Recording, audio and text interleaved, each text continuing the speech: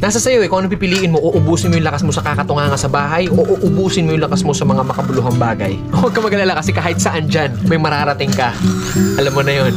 Hindi, ganito kasi yan. Dahil lang alam mong matagal at mapapagod ka, hindi ka natutuloy. Tsong wala kang mararating kung hindi mo pipihitin yung susi sa loob ng ulo mo. Gaano man kataas ang pangarap mo sa buhay, huwag kang matatakot sa pagod at sakripisyo dahil parte yun eh. Hindi ka makakakain ng kanin kung hindi mo sasaingin. Hindi ka makakakain ng ulam kung hindi mo lulutuin. Lahat ng bagay kailangan kilusan mo muna sa umpisa. Hindi tatakbo ang sasakyan kung hindi mo sususian. Kung hindi mo lalagyan ng gasolina, hindi yun tatakbo sa kung saan mo siyang direksyon dapat dalhin. Kailangan kumilos ka.